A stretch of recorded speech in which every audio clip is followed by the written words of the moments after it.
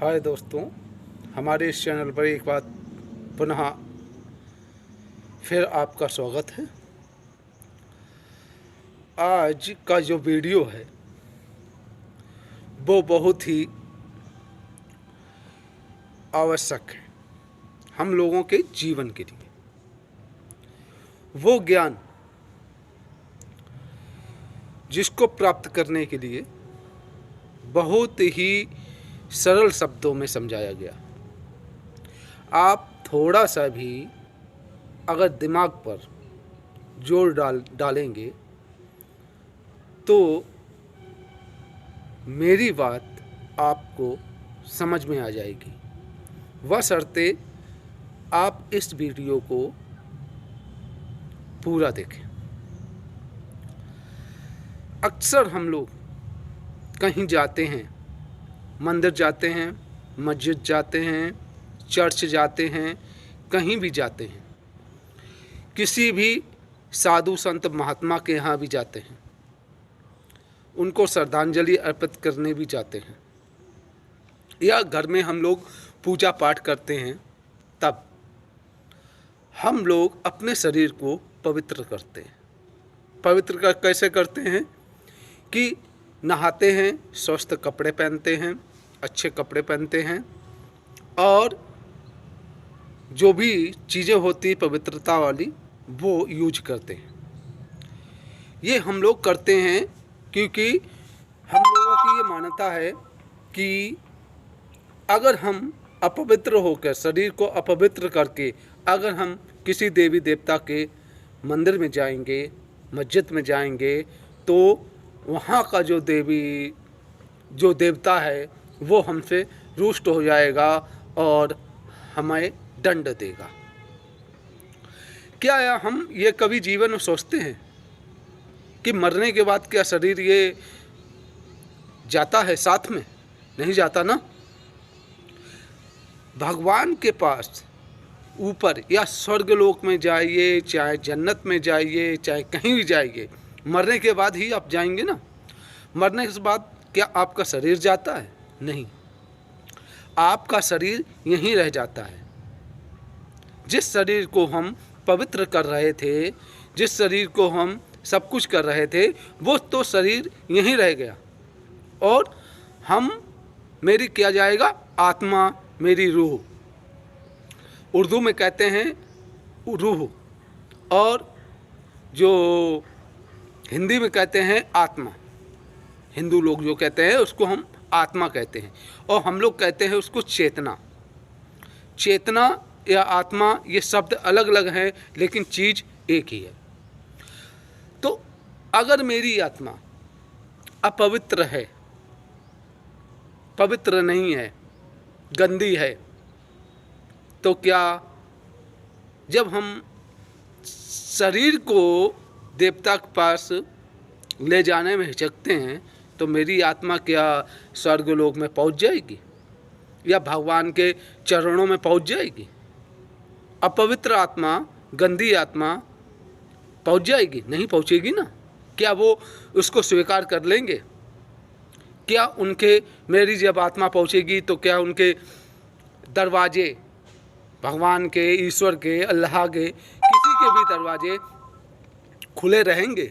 बंद मिलेंगे हमको, क्योंकि हमारी आत्मा अपवित्र है, हमारी आत्मा गंदी है। जिस तरीके से हम अपने शरीर को स्वस्थ करते हैं, शरीर को स्वच्छ रखते हैं, पवित्र रखते हैं, उसी तरीके से मुझे भी अपनी आत्मा को भी पवित्र रखना पड़ेगा।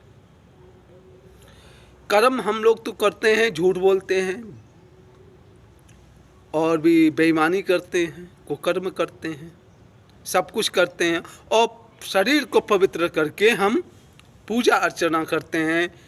तो शरीर तो मेरा पवित्र हो गया, लेकिन क्या मेरी आत्मा पवित्र हुई? नहीं ना। तो आत्मा ही जाएगी आखिरी समय में भगवान के पास। शरीर भगवान के पास नहीं जाता है, आत्मा जाती है। तो हमारे जो मेन जो है सिस्टम, मेन जो हमारा शरीर नहीं है, शरीर तो ये भौतिक जगत के लिए ज़रूरी है, लेकिन जो मेरे लिए मेन जरूरी है वो है मेरी आत्मा, और आत्मा को ही हम पवित्र नहीं करते तो हम उस भगवान के पास नहीं पहुंच सकते। उस भगवान, उस ईश्वर के दरवाजे हमारी आत्मा के लिए नहीं खुल सकते किसी भी कीमत में, क्योंकि जो भी ईश्वर है वो पवित्र चीज़ों को ही स्वीकार करता है, अपवित्र चीज़ों को स्वीकार नहीं करता। इसीलिए हमें अपने आत्मा को पवित्र बनाना है।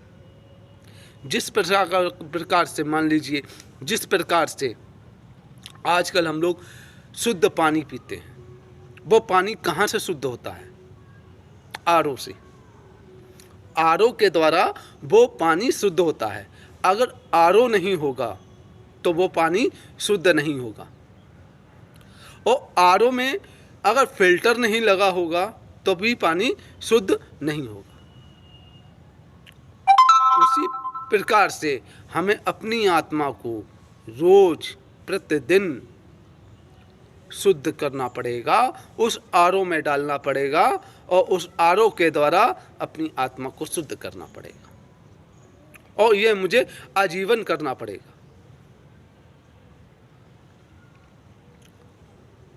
अब प्रश्न ये उठता है, लोगों के दिमाग में ये बात आती है कि हम आत्मा को ही शुद्ध करते रहेंगे तो हम करेंगे क्या? हमारे पास तो बहुत जंजाल है, बीवी है, बच्चे हैं, समाज है, ये है, माता है, पिता है, सब कुछ है। तो आपसे ये नहीं कहा जाता है कि आप 24 घंटे आत्मा को अपनी शुद्ध कीजिए। आपको केवल ये कहा जाता है कि मात्र 1 घंटे अपना 24 घंटे में निकाल लीजिए कि मुझको अपनी आत्मा को शुद्धिकरण में लगाना है, उस 1 घंटे के समय को। और उसका जो फिल्टर आरओ है वो आपको किस तरह से फिल्टर किया जाता है ये आपको सीखना पड़ेगा, और वो आत्मा आपकी शुद्ध होती चली जाएगी। और उससे 2 फायदे होंगे। एक तो भौतिक जगत का आपका फ़ायदा होगा ये कि आपका जो जीवन है, आपका जो जीवन चल रहा है, ग्रस्त जीवन है और भी है, भौतिक जगत में जो भी है, वो आपका उसे जीने में, उसे पाने में, सब कुछ करने में आसानी मिलेगी। क्योंकि आपकी आत्मा अगर शुद्ध है तो वो भगवान भी आपको की हर प्रॉब्लम का समाधान निकालता रहेगा, क्योंकि भगवान पवित्र चीज़ों को स्वीकार करता है, अपवित्र चीज़ों को स्वीकार नहीं करता। जैसा कि हम लोग मानते भी हैं कि अगर हम मंदिर में अपवित्र होकर जाएंगे तो हमें दंड मिलेगा, और पवित्र होकर जाएंगे तो वो जो वहाँ पर देवता बैठा है या देवी बैठी हैं वो हमसे खुश हो जाएंगी। उसी प्रकार से अगर हम पूरे जीवन में अपनी शरीर को भी और आत्मा को भी, दोनों को अगर पवित्र रखते हैं तो जीवन में मुझे कोई भी परेशानी नहीं आ सकती, और आएगी भी तो उनका समाधान खुद निकल आएगा। क्योंकि जो समाधान है वो इंसान ही निकालता है और कोई नहीं निकालता। केवल वो क्या करता है, वो क्या करेगा, ईश्वर क्या करेगा, आपको इतनी ऊर्जा दे देगा, इतनी बुद्धिमत्ता दे देगा तो आप उस समस्या का समाधान निकाल सकते हैं। तो अगर हमको वाकई में ईश्वर के दर्शन करने हैं, ईश्वर का एक करीब जाना है, ईश्वर के करीब जाना है, तो हमें अपनी आत्मा को शुद्ध करना पड़ेगा। तो इस चीज़ को समझना है हमको, और उस आत्मा को कैसे शुद्ध किया जाएगा उसका सिर्फ एक आसान तरीका है, भावातीत ध्यान। भावातीत ध्यान एक ऐसा ध्यान है जिसमें आपको कुछ भी नहीं करना पड़ता है और आप सब कुछ भी पा सकते हैं। या यूं कहें कि अगर आप भावातीत ध्यान का अभ्यास निरंतर हमेशा करते रहेंगे तो आप 100% भौतिक जगत और 100% आध्यात्मिक जीवन जो भौतिक जीवन है वो 100% जिएंगे और 100% फिर आध्यात्मिक जीवन भी जिएंगे। क्योंकि 100 और आध्यात्मिक जीवन क्यों जिएंगे? क्योंकि तब तक आपकी आत्मा शुद्ध हो चुकी होगी, और जिस प्रकार की आपकी चेतना होगी, जिस प्रकार की आपकी आत्मा में शुद्धता होगी, अगला जन्म उसी शुद्धता के अनुरूप ही आपको मिलेगा। कहते हैं नहीं, कर्मों का फल आपको मिलता है हर एक को। तो आत्मा अगर शुद्ध है तो उसकी शुद्धता को परख के ही आपको जन्म मिलेगा। जैसे हम लोग एक सुनार होता है, वो सोने की सबसे पहले परख करता है। वो परख ये करता है कि सोने में कितनी मिलावट है, कितना तांबा है और कितना सोना है, कितना पीतल है। फिर वो बाद में उसका मूल्य लगाता है।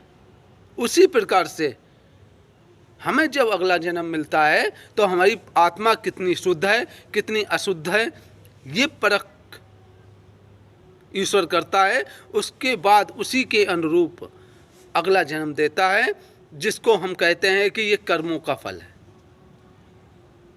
इस चीज को हमें अपने दिमाग से सोचना है, गहराई से। कोई भी ज्ञान, कोई भी समस्या बहुत बड़ी नहीं होती, बल्कि उसको अगर आपने गहराई से उसका अध्ययन कर लिया तो वो बहुत ही सरल मालूम पड़ती है। इस चीज को भी अगर आप गहराई से सोचेंगे तो बहुत ही सरल मालूम पड़ेगा। और जब आप भावातीत ध्यान का अभ्यास करेंगे तो आपको ये जीवन जो आपको संघर्ष लगता है वो बहुत ही सरल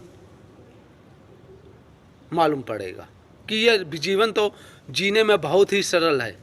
क्योंकि जो समस्याएं आएंगी तो आपके अंदर वो इतनी क्षमता आ जाएगी कि उन समस्याओं को आप स्वयं ही का समाधान कर सकते हैं, उन समस्याओं का। इस वीडियो में हम केवल आपको इतना ही बताएंगे। नेक्स्ट अगले वीडियो में हम आपको और भी जानकारी देंगे। आपके दिमाग में कोई भी अगर प्रश्न आता है, मेरे कमेंट बॉक्स पे हमसे पूछिए, उसका आंसर मैं इस वीडियो में वीडियो बना के दूंगा। अगर आपको मेरा ये चैनल अच्छा लगा और मेरी बात अगर कुछ समझ में भी आई तो मेरे इस चैनल को सब्सक्राइब भी कीजिए, लाइक भी कीजिए और शेयर भी कीजिए। नेक्स्ट अगले वीडियो में, तब तक के लिए जय गुरुदेव, जय मैं ऋषि।